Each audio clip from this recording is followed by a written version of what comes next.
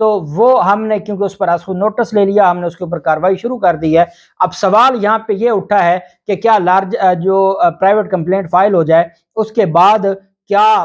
J I T بنائی جا سکتی ہے، کیا سیکنڈ جے آئی ٹی بن سکتی ہے؟ یہ لیگل سوالات ہیں، لیگل سوالات فریم کر کے لارجر بینچ بنا دیا جاتا ہے، 5 رکنی بینچ، اور پارٹیوں کو نوٹس جاری کر دیے جاتے ہیں۔ 5 دسمبر 2018 کو ڈاکٹر طاہر القادری آدھا گھنٹہ خود آرگو کرتے ہیں 2018 میں جسٹس ثاقب نثار کے سامنے۔ یہ جو عدالت میں یہ کہہ رہے ہیں جسٹس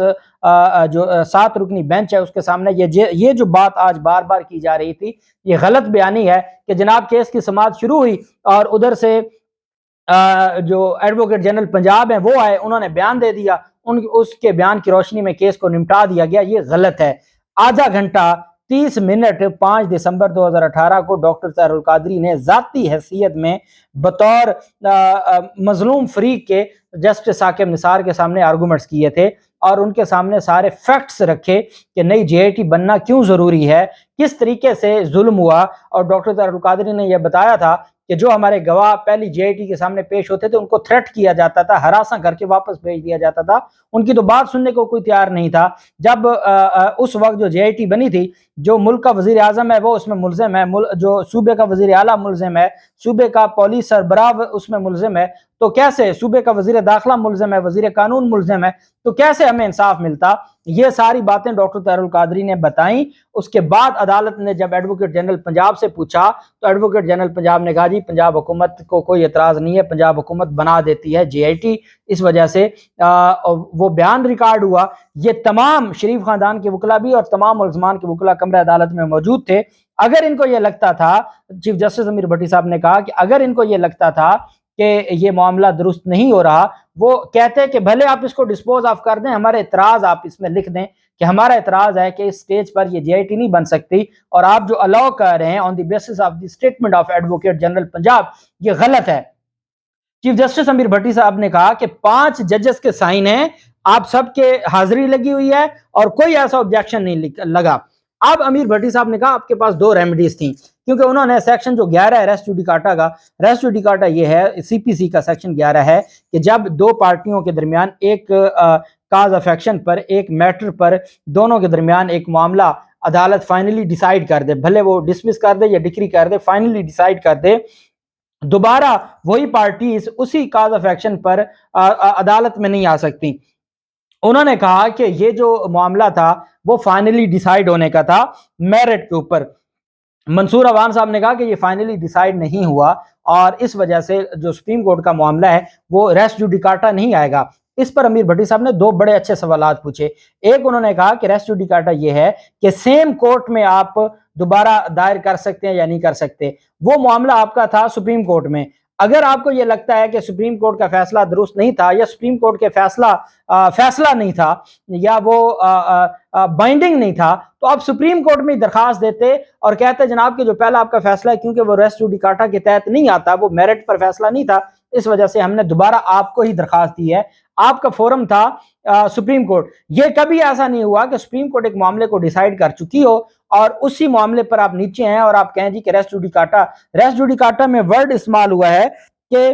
سیم سٹیج پر اور جو ہے وہ آپ دوبارہ نہیں دائر کر سکتے، تو وہ کوئی لاہور ہائی کورٹ کا فیصلہ تو تھا نہیں۔ تو اب اگر آپ یہ سمجھتے ہیں کہ وہ فیصلہ نہیں تھا جو بائنڈنگ ہو، میرٹ کے اوپر نہیں تھا، وہ سمپل ایک سٹیٹمنٹ کی بنیاد پر عدالت نے اس کو ڈیسائیڈ کر دیا، تو وہ آپ اسی سپریم کورٹ میں جاتے نئی درخواست دائر کرتے۔ یا آپ کو اگر یہ لگتا تھا کہ آپ کی اس وقت بات نہیں سنی گئی تھی اور جو کویسچن فریم کیے گئے تھے، جو لیگل کویسچن تھے اس ہیئرنگ سے پہلے، جس میں کہا گیا تھا کہ آیا نئی جے آئی ٹی بن سکتی ہے یا نہیں بن سکتی، ان ساری چیزوں پر پھر آپ کو ریویو فائل کرنا چاہیے تھا سپریم کورٹ میں۔ اب یہاں کیسے آ سکتے ہیں؟ آپ لاہور ہائی کورٹ میں یہ درخواست دائر نہیں کر سکتے۔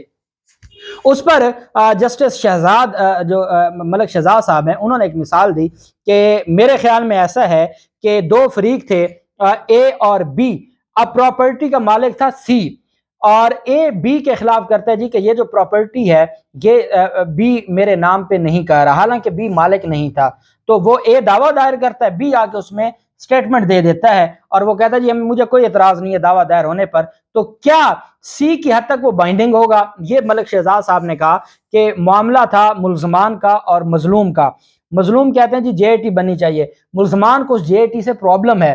اب ملزمان کی بجائے پنجاب حکومت کہہ دیتی ہے کہ جی آپ اس معاملے پر ہم JIT بنانے کو تیار ہیں، تو پھر اس کا مطلب یہ ہوا کہ ان کے ساتھ تو انصاف نہ ہوا۔ جو ملزمان تھے اس پر امیر بھٹی صاحب نے کہا کہ اگر A کہتا ہے کہ جی تاج محل B کا ہے اور B کہتا ہے ہاں جی میرا تاج محل ہے اور میں آپ کو دے دیتا ہوں، اور بیسیکلی وہ C کا ہے، تو امیر بھٹی صاحب نے کہا کہ کیا سپریم کورٹ کے 5 رکنی بینچ کو نہیں پتا تھا کہ یہ تاج محل کا مالک نہیں ہے؟ سپریم کورٹ کے 5 رکنی بینچ کو ہر چیز کا پتا تھا، ان کو پتا تھا ہم یہ سوال پہلے اٹھا چکے ہیں، ان کو پتا تھا اس سٹیج پر ہم الاؤ کر رہے ہیں تو یہ غیر قانونی ہوگا۔ جب سپریم کورٹ کے بینچ نے الاؤ کر دیا اور سپریم کورٹ کے بینچ نے ان جو سوالات اس پر خاموشی اختیار کی، تو اس کا مطلب یہ ہے سپریم کورٹ اس کو غلط غیر قانونی نہیں سمجھ رہی تھی، اسی وجہ سے تو الاؤ کیا گیا۔ تو بڑے اچھے طریقے سے جو جسٹس ملک شہزاد صاحب کی جانب سے مثال دی جا رہی تھی، جو میرے خیال میں بطور قانون کا طالب علم بڑی معذرت کے ساتھ وہ irrelevant تھی، لیکن اس کا جواب امیر بھٹی صاحب نے دے دیا۔ اب اس معاملے پر وہ